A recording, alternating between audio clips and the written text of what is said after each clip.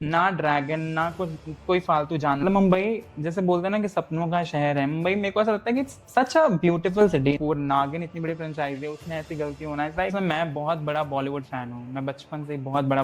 Which also tells us that it's all fake. She has been somebody who has been tortured a lot. दो तीन लोगों के साथ interview किया है, दो लोग बिल्कुल ही एक्सट्रीम अगेंस्ट सलमान खान के और एक बहुत ही ज्यादा फेवर में।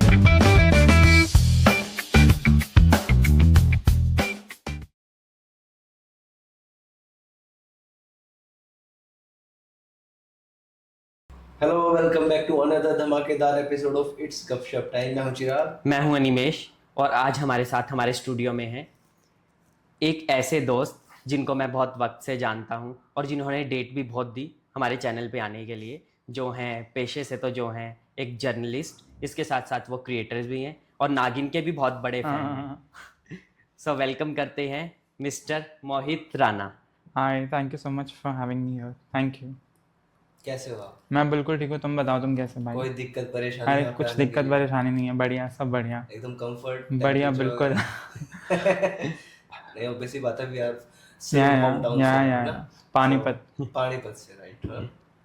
तो सबसे पहले मोहित भाई हम यही जानेंगे आपने अपनी जर्नी स्टार्ट कहाँ से की। यार तुम ऐसे इतना फॉलो मत हो यार। जर्नी कहाँ से स्टार्ट करी? मतलब मैं आया एक साल पहले मुंबई। हाँ। एक साल पहले मुंबई जब आया था मैं, तो मेरे को एंटरटेनमेंट जर्नलिस्ट बनना था। हम्म। फिर मैंने एज अ पीआर कंसल्टेंट नहीं बोलूँगा मैं, मतलब क्या मतलब, मैं इवेंट्स पे जाता था और मैं गेट क्रैश कर लेता था बहुत सारे इवेंट्स। तो मेरे पास इनवाइट आ जाते थे कहीं ना कहीं से, तो मैं जाता था और वहाँ पर कोई किसी को नंबर दे रहा था किसी पीआर एजेंसी का, तो मैंने वो नंबर नोट कर लिया। मैंने लिटरली ऐसे वो नंबर किसी और को दे रहा था और मैंने ऐसे ऐसे करके नोट कर लिया और बाद में मैंने रीच आउट किया उनको। और उसके बाद फिर उस पीआर कम्युनिके फिल्म्स पीआर में मैं as a social media executive मैंने ज्वाइन किया। और बस वहाँ से मैंने शुरू किया। मेरे को बनना हालांकि जर्नलिस्ट ही था, एंटरटेनमेंट में मेरा बहुत इंटरेस्ट था बचपन से ही, फिर मैंने वहाँ पे ज्वाइन किया। मैं शिल्पा शेट्टी और रिया चक्रवर्ती इनकी टीम्स में था। प्राइमरीली रिया चक्रवर्ती को चैप्टर 2 करके जो ब्रांड है उसमें, तो उनके सोशल मीडिया मार्केटिंग मैं संभालता था। Nice. बस वैसे वहाँ मैंने 6 महीने काम किया और उसके बाद मैंने फिर फिल्मी मंत्रा ज्वाइन कर लिया as an anchor. Creative producer मैंने ज्वाइन किया था, 2 महीने वहाँ काम किया।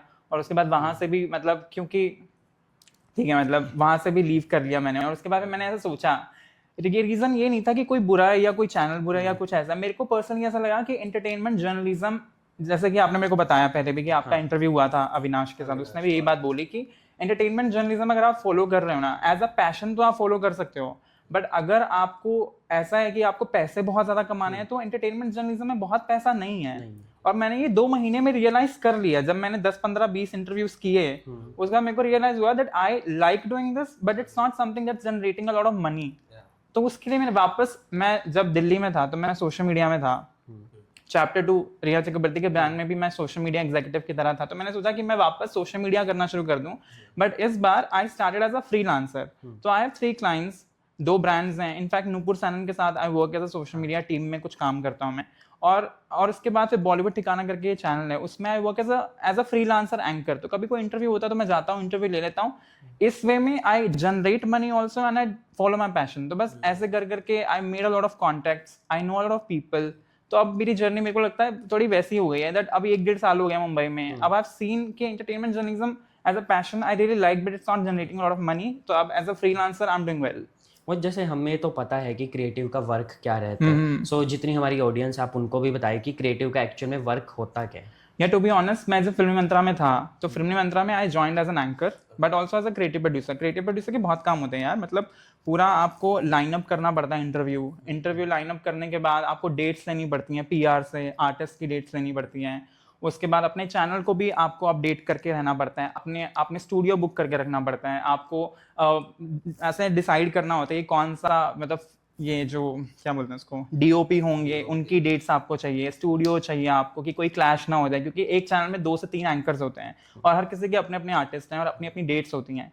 ये सब देखना, उसके बाद फिर स्क्रिप्ट रेडी करना, स्क्रिप्ट अप्रूव करवाना पीआर से भी। कभी कभी पीआर भी पूछ लेते हैं कि आप किस तरह के सवाल कर रहे हो और वो भी पॉइंट्स देते हैं कि ये सब चीज़ें नहीं पूछनी है।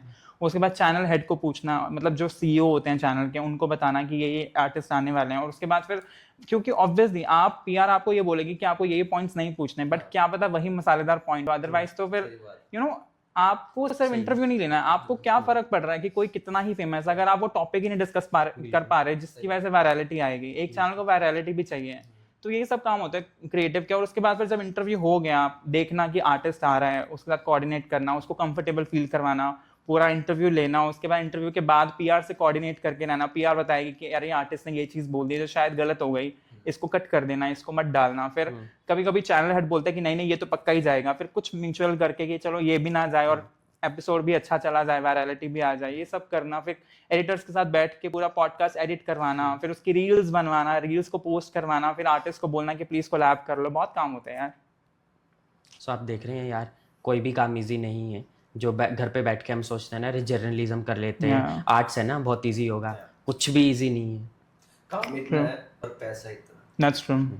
सो कभी आपको मोहित ऐसा लगा नहीं कि अरे इसमें तो पैसा नहीं है तो मुझे क्विट कर देनी चाहिए, किया ना, फिर मैंने quit. लाइक परमानेंट क्विट कर देना चाहिए या कोई कॉर्पोरेट जॉब करनी चाहिए? यार मैं तुमको सच बताऊं, ऑनेस्टली बताऊं, ये मेरे को नहीं पता कितने लोग तुम्हें बताते हैं, बट जो एंटरटेनमेंट जर्नलिस्ट होते हैं इसके पर्क्स भी बहुत होते हैं। आपकी सैलरी बेशक कम होती है। अब जो दूसरे जर्नलिस्ट है जो मेरे से बहुत ज्यादा पहले, मेरे को सिर्फ 1 साल हुआ, मैं कोई बहुत बड़ा जर्नलिस्ट और कुछ नहीं हूँ। मतलब मैं honestly I am not one of those people who will show कि मैं बहुत इंपॉर्टेंट हूँ, नहीं हूँ। मतलब मेरे से बड़े भी बहुत सारे जर्नलिस्ट हैं। जर्नलिज्म में शायद पैसा कम है बट पर्क्स बहुत ज्यादा हैं। आपको इवेंट्स पे बुलाते हैं, आप बड़े बड़े सेलिब्रिटीज को देखते हो, उनके साथ मिलते हो, रील्स बनाते हो।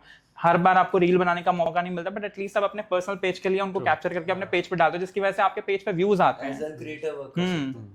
आप जाते हो, आप जाते हो, जैसे मूवी स्क्रीनिंग्स पे आप गए, आपको फ्री मूवी टिकट्स मिलती हैं, बाद में जाके वहाँ पे वाउचर मिलता है, आप पॉपकॉर्न खाते हो, समोसे खाते हो, कोल्ड ड्रिंक्स, ये सब फ्री होता है। हफ्ते में अगर मान लो 2 मूवीज रिलीज हो गई है तो 2 मूवी का खर्चा भी तो बच रहा है। आप जा रहे हो थिएटर में फ्री देख रहे हो, अगर आप वैसे अपनी सैलरी में से ये सब पैसा निकाल रहे हो और फिर खर्च कर रहे हो 1000-1500 रुपये अगर 2 मूवी हफ्ते में देखने के लिए, वो सब फ्री में हो रहा है। Amazon, नेटफ्लिक्स, कितने सारे इवेंट्स होते हैं, इन सबका इनवाइट आता है। आप इतने सारे क्रिएटर्स और इतने सारे फेलो जर्नलिस्ट और आर्टिस्ट के साथ आप वहाँ पे मतलब कॉरिडोर में एक स्पेस शेयर कर रहे हो जहाँ पे आपकी अच्छी नेटवर्किंग हो रही है। तो ये सब पर्क्स भी बहुत ज्यादा अच्छे हैं आपको। इनफैक्ट अगर आप एंटरटेनमेंट जर्नलिज्म में थोड़ा टाइम टिक गए, मेरे साथ ये था that I realize that I am 25, मुझे थोड़ा लेट हो गया मुंबई आने में। तो I was 24 when I came to Mumbai. तो मुझे लगा कि एंटरटेनमेंट जर्नलिज्म में अगर मैं एज अ बिगिनर स्टार्ट करूंगा तो कहीं 30-31 जाकर मेरे को एक अच्छा स्पेस मिलेगा जहां पर लोग मुझे जानेंगे और जहां पर मेरे पास वो शायद सैलरी अच्छी आ जाए।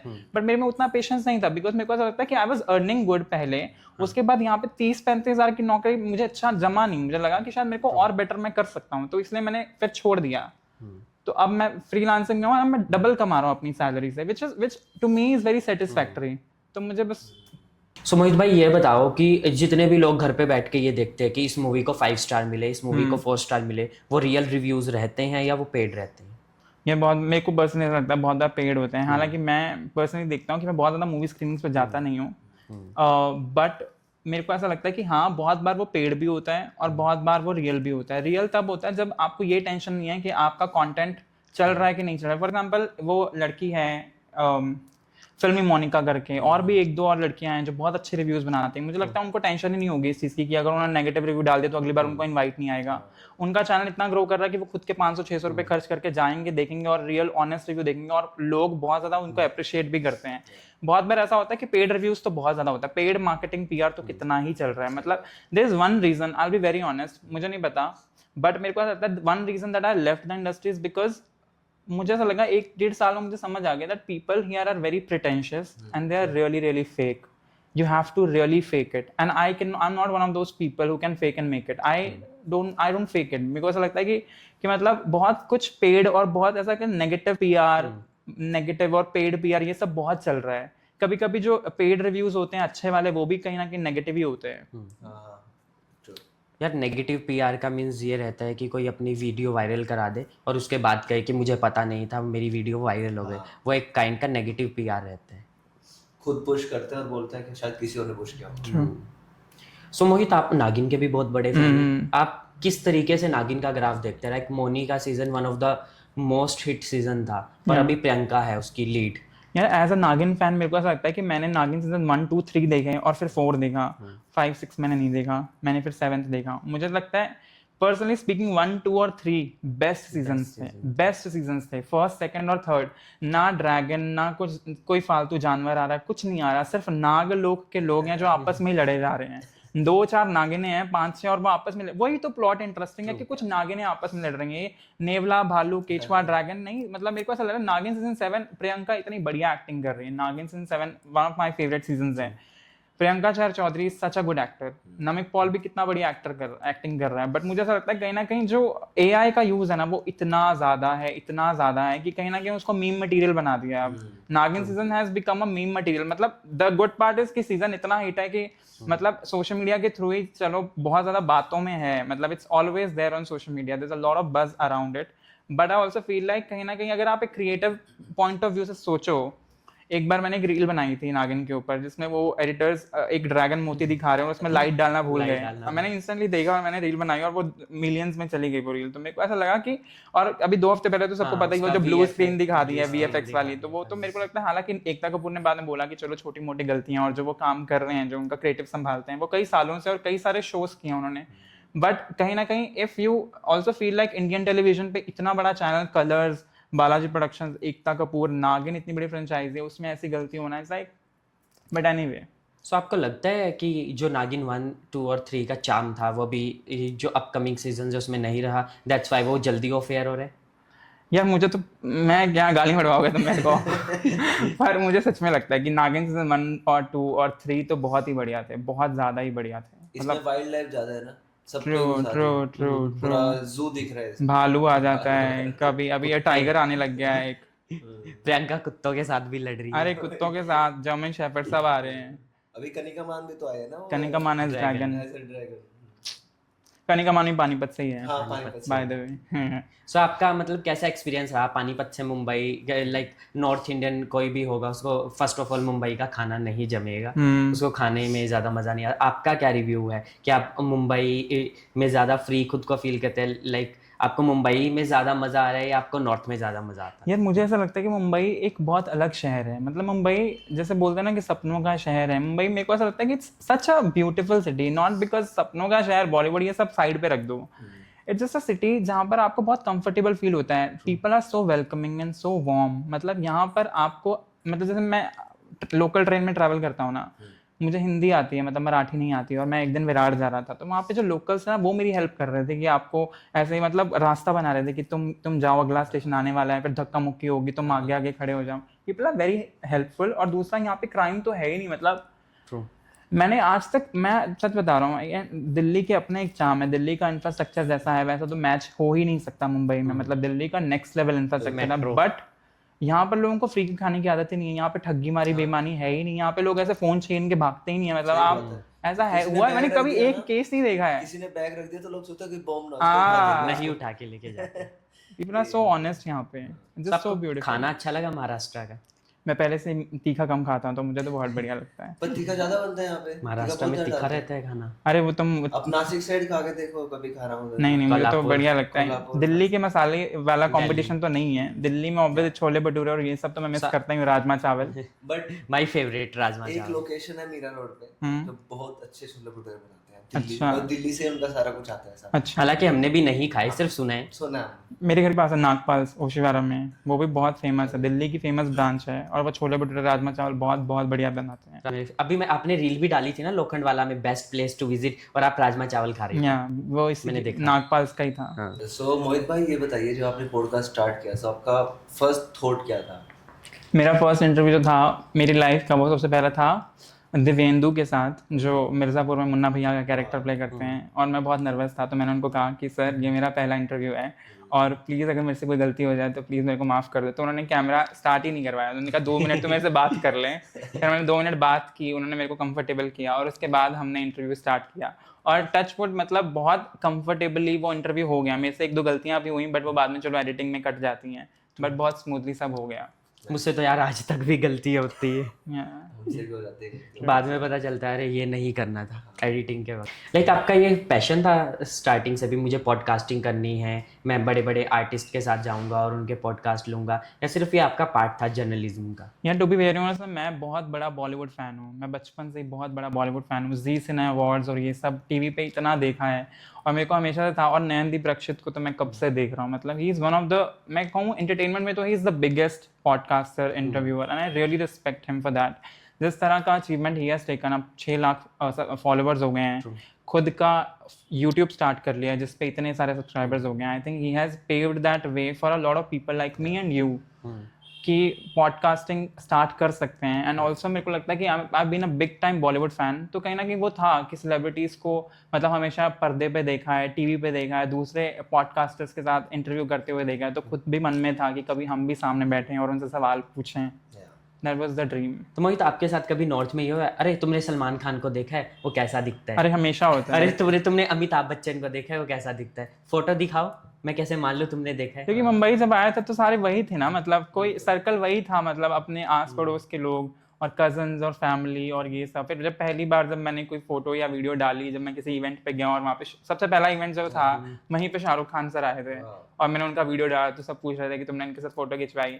आई थिंक ठीक है, मेरे को ऐसा लगता है कि मुंबई में वो कल्चर ही नहीं है, मतलब मुंबई में वो थोड़ा कल्चर कम है। दूसरे शहर में अगर कोई सेलिब्रिटी जाए तो लोग घेर लेते हैं, यहाँ पर लोग रिस्पेक्ट करते हैं कि एक सेलिब्रिटी भी एक इंसान है और उनकी भी एक पर्सनल लाइफ है, और लोग वो समझते हैं और दूर से ही बस फोटो ले लेंगे, वीडियो ले लेंगे और उनको इतना डिस्टर्ब नहीं करते हैं। मुझे ऐसा लगता है ऑब्वियसली शाहरुख खान सर के आसपास इतनी सिक्योरिटी भी रहती है कि आप वो हिम्मत भी नहीं करते हो। हमारा टीम मेंबर है रमन छेत्री, वो शाहरुख खान का बहुत बड़ा अरे वाह, उसको मैं चिल्लाते हुए देखा उसके बर्थडे के टाइम पे, हैप्पी बर्थडे शाहरुख। अरे वाह। अरे नहीं, कुछ कुछ ऐसा ना इंसिडेंट रहता है ना, लाइक आप किसी के बहुत बड़े फैन हो। लाइक अभी मैं प्राइम वीडियो के इवेंट पे था और मैं आलिया का बहुत बड़ा फैन, क्योंकि जब उसकी शादी हुई थी तो मैं लिटरली में रोया था। एंड देन जब वो मैं सबसे पहले इवेंट में सबसे पहले मैंने आलिया को ही देखा और किसी ने नहीं देखा। लाइक मैं बैक स्टेज में आप आर्टिस्ट को लेके जाते हो ना, दिस इज योर स्पॉट, और मैं जैसा ही टर्न करता हूँ वहाँ पे आलिया थी, जींस में थी और व्हाइट कलर के टॉप में थी, और मैं बहुत ज़्यादा इमोशनल हो गया। वो 2.5 घंटे मेरे साथ में थी और वो बोल रही थी, बहुत ज़्यादा बात कर रही थी, सोनाली बिंद्रा के साथ में बात कर रही थी। एंड देन मेरी उसके साथ में बात हुई जब मैं उसको छोड़ने गया। मैं कहा यार I am your biggest fan ma'am, और like you are my crush. और जब आपकी शादी हुई थी मैं बहुत रोया था। एंड वो कहती हाउ सो स्वीट। उस दिन मुझे लगा लाइफ का वो मेरा सबसे प्यारा और ब्यूटीफुल मूवमेंट है। एंड देन मेरे लिए वो नॉर्मल था। जब मैं घर पे नॉर्मली आया, इवेंट से मुझे आए आधा घंटा भी नहीं होया, मैंने शर्ट उतारी तो मैं देखता हूँ नॉर्थ में से हर बंदे का ना मेरे पास में वो वीडियो, बॉलीवुड बबल, उसका फिल्मी मंत्रा, उसका वो PR करते हैं ना, सो हर ये तुम ही हो ना? मैं नहीं यार, ये मैं नहीं हूँ। मैं कंफ्यूज था, मैं खुश हूँ या मैं बुरा मानूं कि मैं उसको मैनेज कर रहा हूँ इसलिए मैं बुरा मानूं कि मैं एज एन एक्टर उसके साथ में नहीं हूँ, या मैं खुश हूँ कि वो मेरी फेवरेट एक्ट्रेस है और वो मेरे सामने है। आई थिंक खुशी होना चाहिए, मतलब इट्स अ मोमेंट यार। What a beautiful day. So आपकी फेवरेट एक्ट्रेस कौन सी? Deepika Padukone, all time favourite. मतलब ओम शांति ओम जब मैंने देखी 2007 में, I was just 7 years old, और वो मूवी, एक तो मेरे को लगता है ओम शांति ओम भी एक ऐसी फिल्म है, लेजेंडरी फिल्म है कि वैसे दोबारा बन ही नहीं सकती। मतलब फराह खान ने खुद ही कुछ ऐसा बना लिया जो मेरे को लगता है शायद वो भी दोबारा नहीं बना पाएंगे। मतलब तब से फिर चेन्नई एक्सप्रेस और SRK और दीपिका पादुकोण की जोड़ी, हैप्पी न्यू ईयर, पठान, जवान, अब किंग आ रही है, मतलब ऑल टाइम फेवरेट। ये दोनों मेरे फेवरेट हैं। Kajol, Rani Mukherjee, I really like Kriti Sanon also. Mohit भाई, आप जब फर्स्ट पॉडकास्ट आपका पोस्ट कर रहे थे, सो आप कॉन्फिडेंट थे, आपके अंदर एक डर था कि क्या होगा? यार मेरे को तो देखो, कॉन्फिडेंस और डर तो बात अलग होती है। जब आप कुछ ऐसा करते हो जो आप करना चाहते हो, फिर आप खुशी होते हो कि मतलब हो गया। मतलब मेरा फर्स्ट पॉडकास्ट जो था, पॉडकास्ट नहीं था, मतलब वही इंटरव्यू जो देवेंदु के साथ था। Obviously Munna Bhaiya is such a big name, मतलब Divyendu is such, Madgaon express हो गई, जितना अब तो मिर्ज़ापुर फिल्म भी आ रही है। मतलब उस टाइम तो मेरे को ऐसा था कि क्योंकि मिर्ज़ापुर के इतने सारे फैंस हैं, बहुत सारे फैंस हैं, हमने रील्स डाली, वो रील्स वायरल हो गई। मतलब I was so very happy. I think when you have thought of something कि आपको कैमरा के सामने खुद को देखना है किसी सेलिब्रिटी के साथ, और वो सेलिब्रिटी जब देवेंदु जैसे सेलिब्रिटी हो जिनका इतना नाम है, मतलब Mirzapur is once in a life time experience है, कुछ ऐसा देखना ही। मतलब आपको डायलॉग याद आ रहा होगा, वो ये मैं ये कर रहा हूं। हाँ, मेरे को नहीं पता, बोल नहीं सकता, ये फैमिली भी देखती है। या सो आपको मोहित ये लगता है कि लाइक मिर्ज़ापुर हो गई, पंचायत हो गई, जितनी भी ये सीरीज आई है, इनकी वजह से भी OTT आज इस्टेब्लिश है इंडिया में? ऑब्वियसली यार, मेरे को लगता है कि अब तो बहुत बढ़िया ही हो गया। मतलब OTT, the sad part is कि हो सकता है जो फिल्म मेकर्स हैं, जो सिर्फ फिल्म्स ही बनाते हैं, उनके लिए तो आई थिंक इट्स नॉट, मतलब उनको तो लगता ही होगा कि कहीं ना कहीं उनका तो डिसएडवांटेज ही हो गया है। बट कहीं ना कहीं बाद में उनकी जो फिल्म्स है वो OTT में बड़े प्राइस से बिकती भी हैं, तो फिर ये एक फायदा भी है कि अगर मान लो किसी डायरेक्टर की कोई फिल्म नहीं चली थिएटर में, कुछ तो फिर उनका पैसा आ ही जाएगा ना, क्योंकि ओटीटी पे वो फिल्म जाने ही वाली है।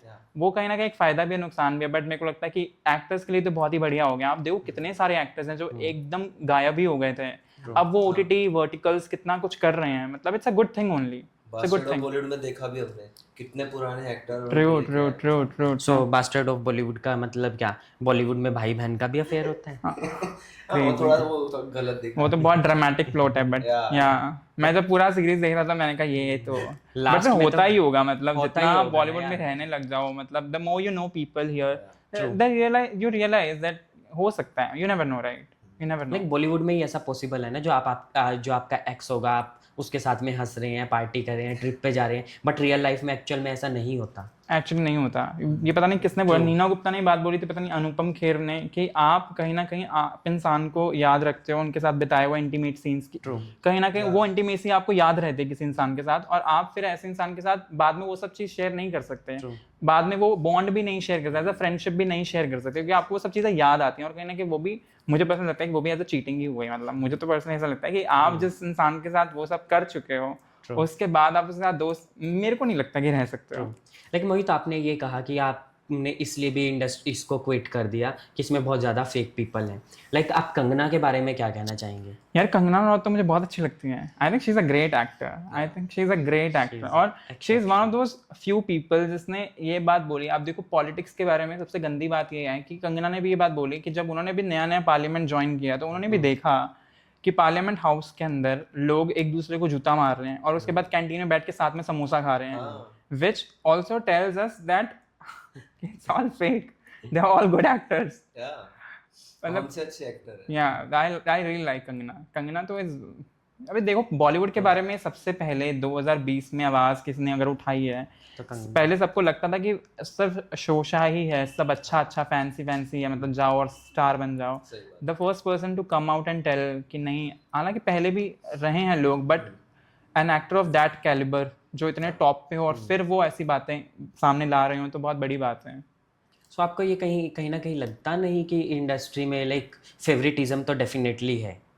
सो व्हाट्स योर यार मैं भी तुम्हारी जैसा इंसान हूँ यार, मैं भी कोई बहुत बड़ा सेलिब्रिटी नहीं हूँ, मतलब मैं भी तुम्हारी तरह एक पॉडकास्टर ही हूँ, है ना। तो मुझे तो कहीं ना कहीं हाँ, मेरे जो पॉडकास्ट पे आकर जो गेस्ट ने शेयर किया है वो यही है, सब ने यही बात बोली कि फेवरेटिज्म और रिप्लेसमेंट तो होता ही है, ये हमेशा से ही चलता है।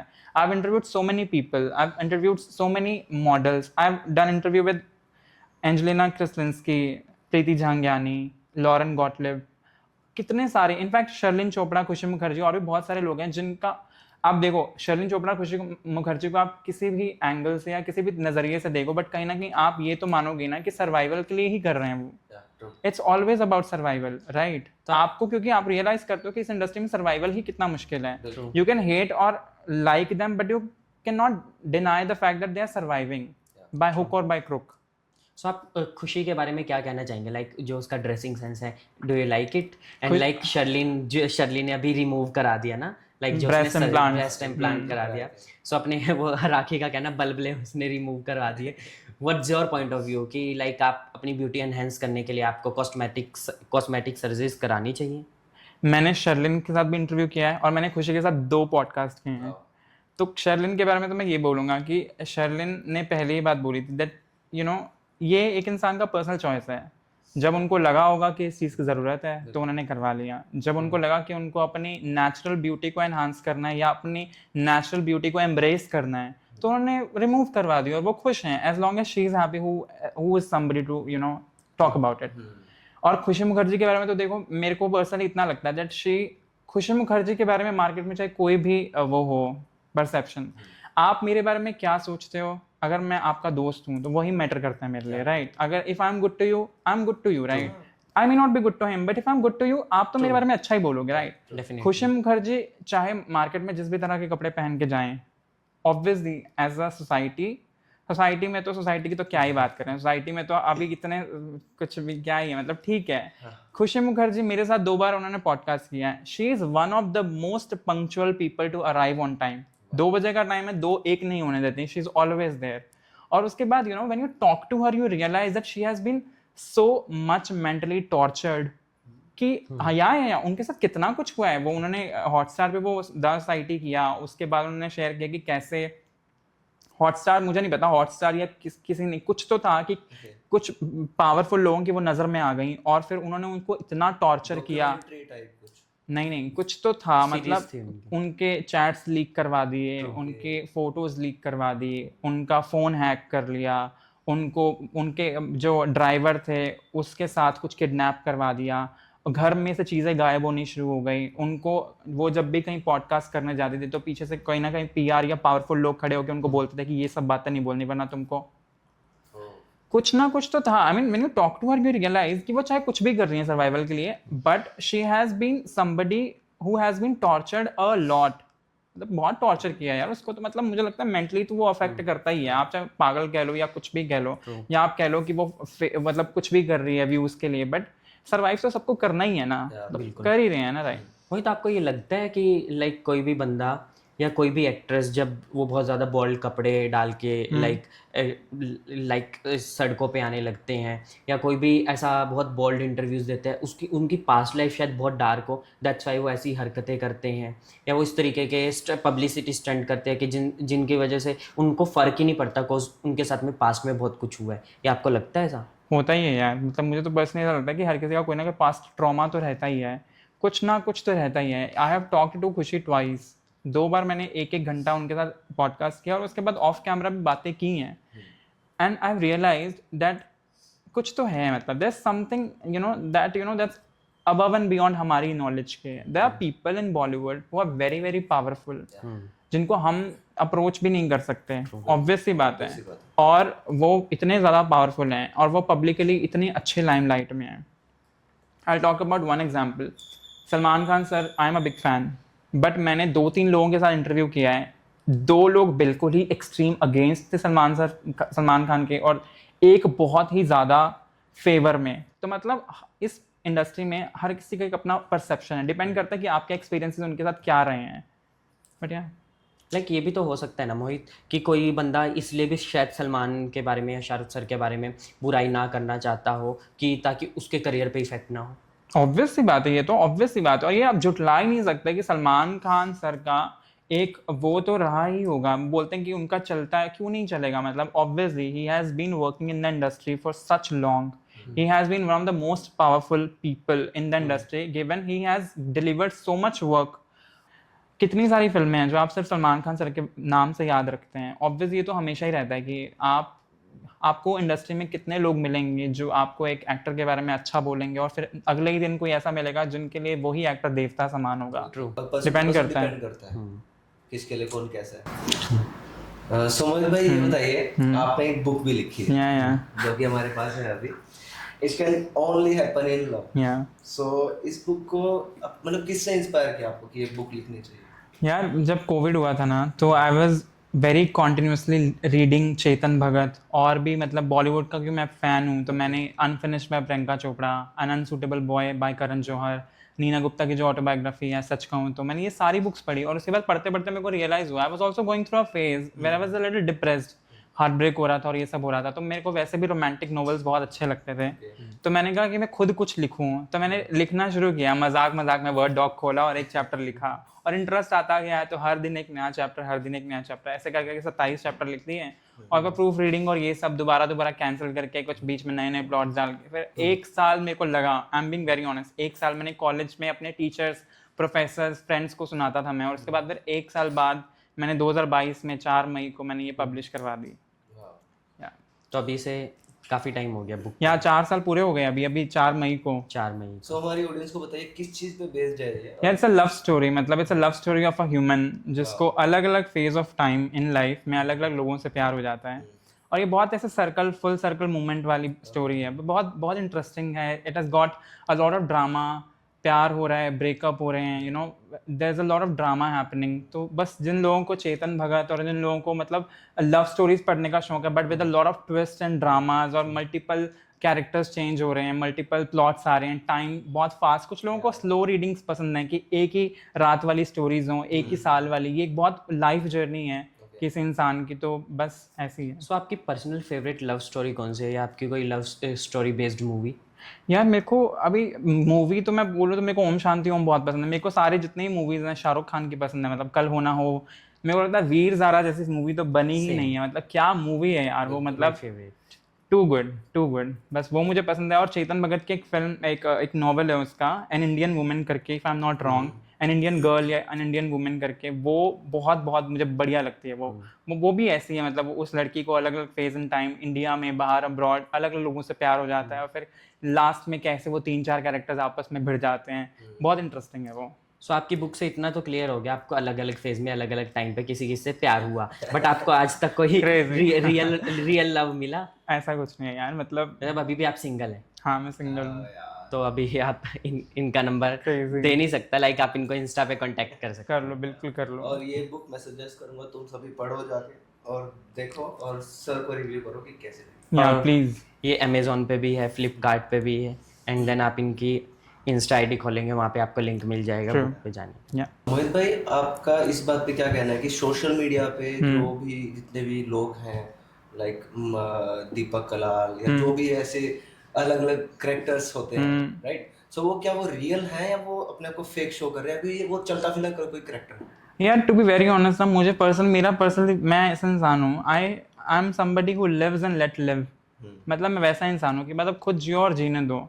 वो सब का तुम ये देखो कि इस दुनिया में कितने लोग हैं जो कंटेंट बना रहे हैं, पर फेमस कितने हैं, बहुत कम। और हर किसी का ब्रेड एंड बटर किसी अलग अलग चीज से चलता है। If it is there bread and butter, who are we to जज? मतलब ऑब्वियसली एज सोसाइटी कभी कभी ओवर कर देते हैं वो लोग। मतलब यार, मतलब मैं कौन ही हूँ किसी को कुछ कहने वाला? वो पुनीत सुपरस्टार, मतलब ऑब्वियसली बहुत उसकी फॉलोइंग है, मैसिव फॉलोइंग है, मतलब फॉलो कर रहे हैं लोग उसको। कुछ वीडियोस बहुत ह्यूमरस है, बट एक दिन तो वो भाई, वो गटर पता नहीं कीचड़ में वो ब्रेड उसने पाव डुबाया और वो खाया उसने लेजिट। मतलब ठीक है, डुबा के एक्टिंग करना बात अलग थी, एक नेक्स्ट, बट वो खा ही लिया। तो ये कौन सा ही कंटेंट है और कौन लोग ये कंटेंट देख रहे हैं? मतलब बट यार बिग बॉस में बुलाया गया था उन्हें। दैट्स ट्रू, ऑब्वियसली ना, मतलब एंटरटेनमेंट में ड्रामा चाहिए सबको। अगर ड्रामा ही नहीं होगा तो बिग बॉस कौन देखेगा? आपको लगता है बिग बॉस का लेवल भी, मतलब लाइक अभी जितने भी न्यू क्रिएटर्स आ रहे हैं उसकी वजह से लो होता जा रहा है? यार ऑनेस्टली स्पीकिंग, मुझे ऐसा लग रहा है कि पिछले कुछ सीजन जो थे, मैं क्योंकि बिग बॉस देखता हूँ, big time big boss fan, पिछले कुछ सीजन्स थे वो ड्रॉप हुए जा रहे थे। पर ये जो फरहाना भट्ट और गौरव खन्ना और ये तान्या मित्तल वाला जो ये सीजन है, ये वन ऑफ द बिगेस्ट और one of the most hit season हैं। बहुत टाइम बाद, सीजन 13-14 के बाद, ये रुबीना और सिद्धार्थ शुक्ला वाले सीजन के बाद ये वाला एक सीजन है जो बहुत ज्यादा हिट हुआ है।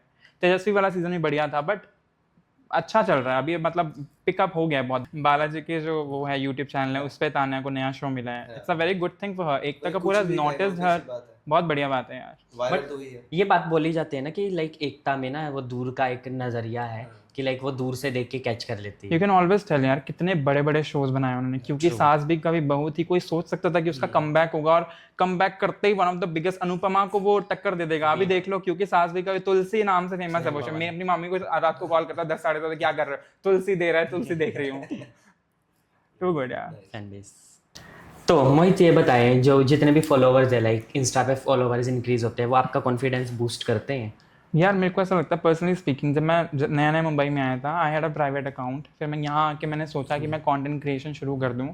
अभी भी ऑब्वियसली जब आप मुंबई में होते हो ना, you are nobody in Mumbai में आप किसी को ये नहीं कह सकते कि मैं कुछ हूँ, क्योंकि आपसे बगल वाला कुछ और ही होता है। That is very true. Mumbai में you have to stay grounded. अब मुश्किल से जाके मेरे 3 पेजेस पे 25,000 फॉलोअर्स कंप्लीट हुए हैं, but to me it definitely satisfies me, क्योंकि जब मैंने नया नया शुरू किया था मेरे में वो कॉन्फिडेंस ही नहीं था। अब मैंने कहीं ना कहीं जाके वो कॉन्फिडेंस, यस आपका कॉन्फिडेंस बूस्ट होता है जब नए नए फॉलोअर्स होते हैं, बट जैसे जैसे वो फॉलोअर्स बढ़ते रहते हैं और आपके अगर व्यूज कम होते रहते हैं ना, तो आपको ऐसा एक स्ट्रेस होता है कि अरे यार क्यों नहीं आ रहे। और आपने वो न्यूज़ तो सुनी होगी ना, वो इतनी बड़ी फेमस क्रिएटर थी, राहुल से बात करने के लिए इससे बात करना छोड़ा, वो एक क्रिएटर थी बड़ी फेमस, उसने सुसाइड कर लिया क्योंकि उसके व्यूज कम हो गए थे। आप सोचो कि सोशल मीडिया आपके माइंड को कितना इंपैक्ट कर सकता है, कि अगर आपकी किसी रील पे व्यूज नहीं आए, मुझे भी करता है कभी कभी ऐसा होता है कि 3 रील्स पे अगर 100 के आ गए और चौथी रील पे अगर 4,000 व्यूज भी नहीं आए, तो आप सोचते हो कि क्या गलती हो रही है। मतलब कभी कभी ये होता है कि जिस रील पे या जिस भी कंटेंट पे ज्यादा फोकस करते हैं ना, अच्छे से मेहनत करते हैं, हाँ उससे views नहीं आते हैं। और कभी कभी आप ऐसे कुछ भी डाल देते हो 2 मिनट में बना के नाच के और उसमें आ गए। बट मैं आपको ना रिसेंट इंटरव्यू बताऊंगा, लाइक आई एम आल्सो नागिन का big fan. Like Manish Khanna sir के साथ में हमारा पॉडकास्ट हुआ, देन वो लाइक स्टार्टिंग के जो तेजस्वी तक के सीजन थे, तो वो राजन सर ने डायरेक्ट किए थे। सो मैं उनको बहुत टाइम से उन पे रीच कर रहा था, अभी मैं उनके साथ में कांटेक्ट करूं। ऐसा ही हम दोनों और हम इवेंट के लिए जा रहे थे, और हमारा एक कॉमन फ्रेंड था, मैं उसका नाम नहीं ले सकता, बिकॉज वो अपना नाम रिवील नहीं करना चाहता। मुझे बाद में पता चलता है, वो कहता है तुम्हें पता है लाइक ऐसे ही भी तुम क्या करते हो, कहता मेरी फैमिली बोरीवली में सेटल है, मैं यहाँ पे लाइक स्ट्रगल कर रहा हूँ एक्टर बनने के लिए। सो लाइक हमारे की तरह ही वो 1000 में 2000 में लाइक वो इवेंट करता है। और बाद में मुझे पता चलता जो नागिन के डायरेक्टर उसके सगे दादा है। Oh God, crazy. मैं इतने टाइम से जिनको रीच कर रहा हूँ और वो मेरे साथ में कांटेक्ट में इतना इजीली मुझे उनका कांटेक्ट मिल जाता है। लाइक आई थॉट कि ये मैनिफेस्टेशन थी। और लाइक अभी मोहित है जो हमारे दूसरे गेस्ट, उनका भी कल ही डेब्यू हुआ है नागिन में। Oh wow. तो जो उनका जो भी प्रियंका का भाई बन के आया है, नया प्लॉट जो लेके आया, प्लॉट जो लेके आया के बाद लीप के बाद। तो मुझे कहता अभी मैं ना कुछ रिवील नहीं कर, मुझे उसने स्पेशल कॉल किया एंड वॉइस टेक्स्ट भी किया। कहता अनिमेश सुनो ना यार, अभी मैं तुम्हें ना एक और सरप्राइज दूँ। मैं हाँ भाई बता। कहता मैं अभी पॉडकास्ट ना इस वीक नहीं करूंगा। मैं क्या क्यों? कहता अभी मेरे नागिन में ना प्लॉट लग गया है और एकता कपूर ना वो बोलने नहीं देती कि आपका क्या भी आपका जो भी कैरेक्टर है आप उसके बारे में रिवील नहीं कर सकते। देन जैसा ही मेरा रिलीज हो जाएगा मैं उसके बाद में कल हो गया रिलीज। कल हो गया उसका रिलीज, कल मेरे पास आया उसका टेक्स्ट, रात को ही आया। नाइस। मोहित भाई ये एक गेम सेक्शन है अपना, इसमें आपको पिक वन एंड एक्सप्लेन। इसमें आपको कोई एक ऑप्शन पिक करना है और उसको एक्सप्लेन करना है। ठीक है, और अगर एक्सप्लेन नहीं किया तो एक टास्क देंगे। ठीक है, ठीक। पॉडकास्ट विद सेलिब्रिटी या podcast with criminal mindset people? यार podcast with criminal mindset people I think is more interesting. Celebrities के तो कितने पॉडकास्ट होते हैं। यू एज सोसाइटी बेनिफिट होगा हमको ये जानने का कि क्रिमिनल माइंडसेट होता क्या है, ताकि पुलिस को पता लगे और वो कंट्रोल हो जाए। सो आप क्रिमिनल को 1 मिलियन फेक फॉलोअर्स या 50K real audience? 50K real audience भाई, इंस्टाग्राम आपकी बजा देगा अगर आपने फेक फॉलोअर्स ले लिए तो। सीरियसली अगर आपको इंस्टाग्राम ने अगर आपको एक बार नोटिस कर लिया ना कि आप फेक कर रहे हो ये सब कुछ, तो फिर आपको एंगेजमेंट नहीं देता है। फिर वो आपको उसको पता लगता है कि ये तो पैसे देके कर लेगा, तो अगली बार उसको पैसे देके दो। सही बात है। That's true. ठीक है, ये सबसे ज्यादा इंपॉर्टेंट क्वेश्चन है आज की डेट में और इस एज में। मनी फर्स्ट या passion first? I think passion, if you really are passionate about something and you are really doing it, I think then money follows. So, आपको मोहित लगता है कि आप बिना मनी के पैशन को फॉलो कर सकते हैं? इतना पैसा तो सबके पास होता है कि सर्वाइव तो कर ही लेगा। अगर आपने हाथ पैर ही नहीं मारे फिर क्या ही फैशन फॉलो कर रहे हो आप? ये है ट्रू। So like passion. या अपनी एक कोई प्राइवेट लाइफ या फिर अपने कंटेंट के लिए रिलेशनशिप रखना? कितने लोग कर रहे हैं यार कंटेंट के रिलेशनशिप। मेरे 2 दोस्त हैं वो फेक करते हैं रिलेशनशिप अपना और उनके फॉलोअर्स क्या बढ़ रहे हैं। मतलब यार देखो सोशल मीडिया पे यू कांट जज एनीवन, पता नहीं कितने लोग क्या ही कर रहे हैं। मतलब and if it gets them money, if it gets them, तुम कर रहे हो यार, तुमको कौन रोक रहा है। बट यार कुछ गलत नहीं कर रहे हो फिर तो जो मर्जी करो यार। बिल्कुल। How does it matter? Fame overnight या long term success? Fame overnight.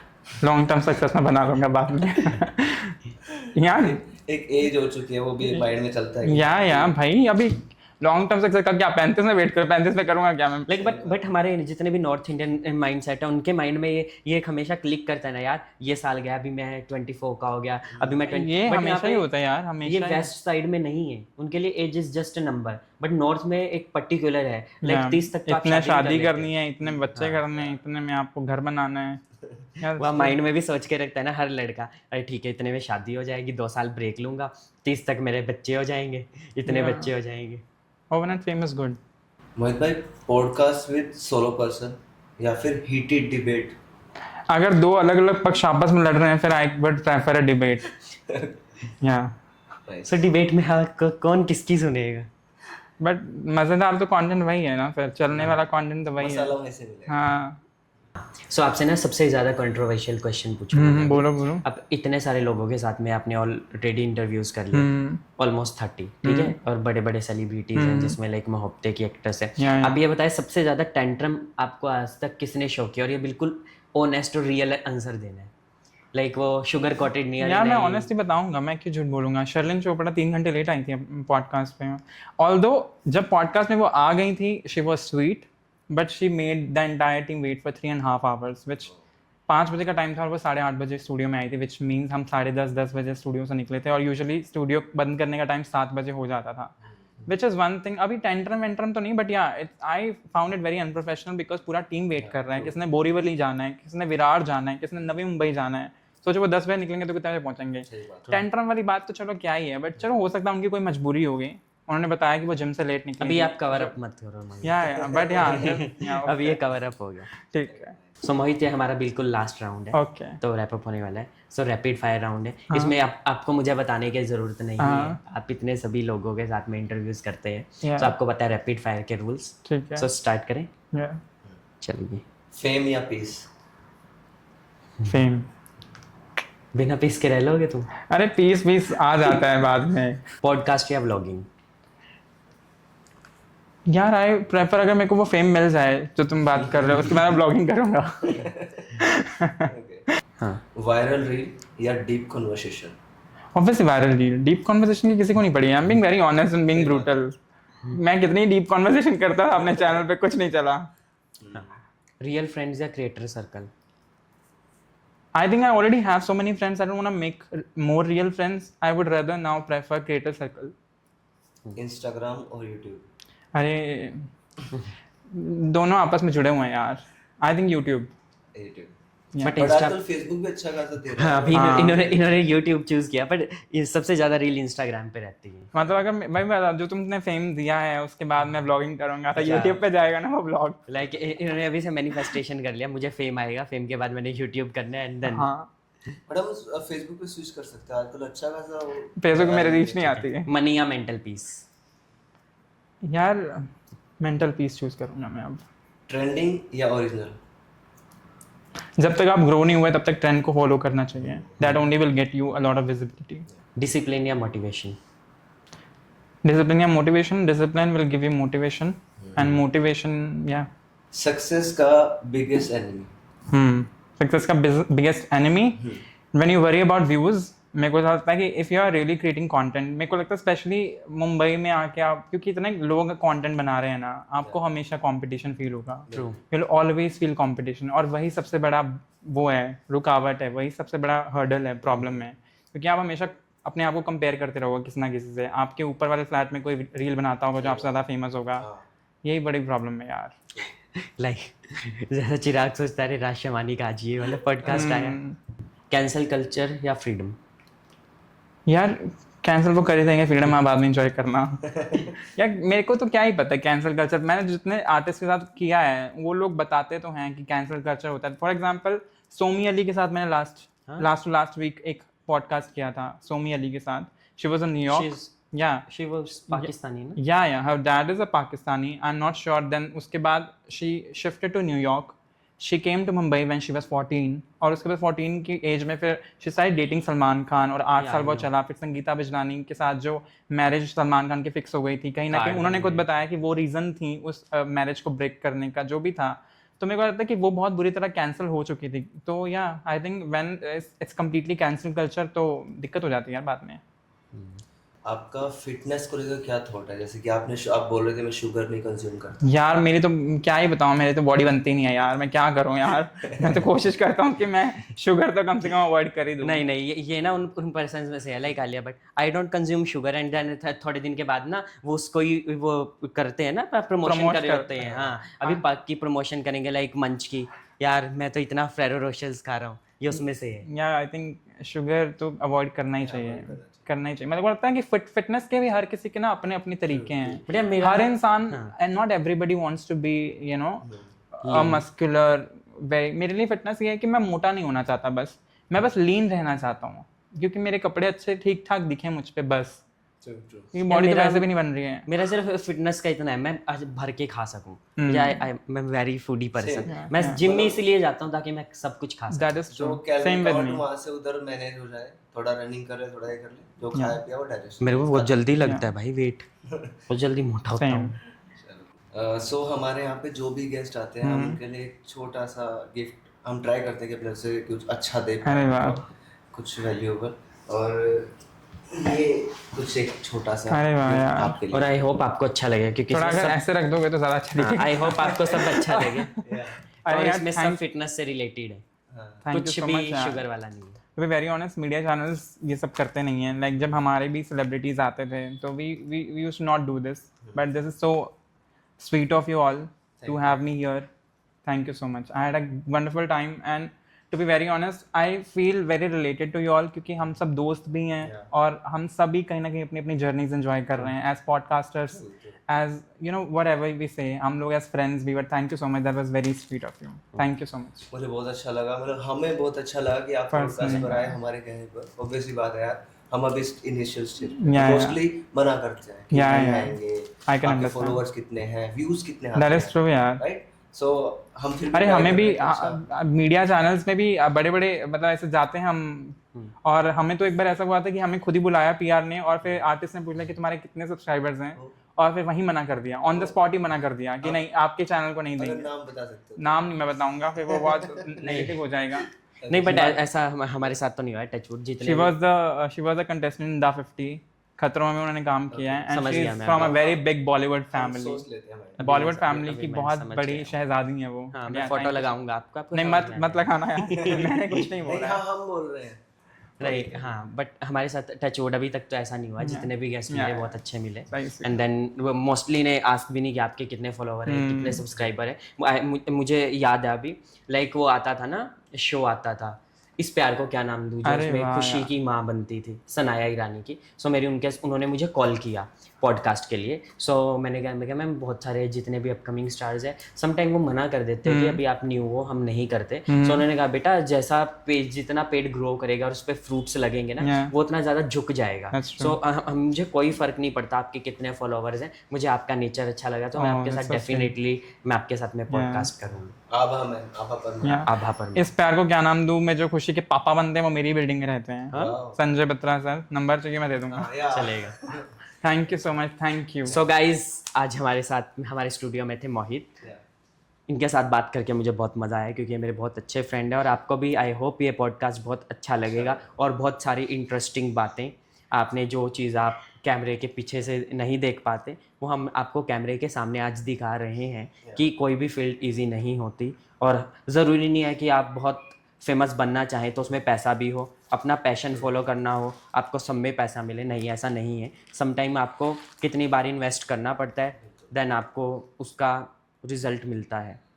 आज की जो कन्वर्सेशन हुई वो एकदम रियल थी, और मोहित भाई ने इतना अच्छे से एक्सप्लेन किया हर चीज़, पॉडकास्ट वर्ल्ड, क्रिएटर रिलेटेड कुछ भी, हर चीज़। सो अगर आपको ये पॉडकास्ट वैल्यूएबल लगा हो तो जाइए, जाके सब्सक्राइब कीजिए और लाइक का बटन तोड़ फोड़ कुछ भी करिए, बस फ़ोन मत तोड़िए, क्योंकि नेक्स्ट पॉडकास्ट आपको उसी से देखें। सो गाइज मैं आपको मोहित का इंस्टाग्राम हैंडल भी मेंशन कर दूंगा, एंड उनका जो यूट्यूब का हैंडल है उसको भी मेंशन कर दूँ, तो आप वहाँ पे जाइए, उनको सब्सक्राइब करिएगा, लाइक करिएगा, शेयर करिएगा। एंड उनका इंस्टाग्राम का भी कंटेंट बहुत अच्छा होता है। सो उनका स्पेशली उनकी ड्रेसिंग, मुझे उनकी ड्रेसिंग भी काफ़ी सारी चुरानी है, लाइक मुझे पर्सनली उनका ड्रेसिंग बहुत अच्छा लगा। So thank you so much. मैं हूँ अनिमेश, मैं हूँ चिराग, और थैंक यू जुड़े रहे हमारे साथ।